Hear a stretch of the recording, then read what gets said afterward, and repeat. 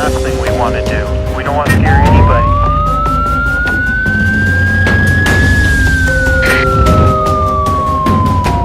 बिहाड़ी के नवाही इलाके अड्डा 24WB के रहायशी फरजाना नवाही इलाके में वाक़या दरबार शाह इब्राहिम लंगर लेने के लिए गई तो उसकी बहन नसीम बीबी ने अपने खावंद माजिद के साथ मिलकर मुझे अगवा किया और अपने घर 52 गरबी में ले गए, जहां उन्होंने मुझे मारा।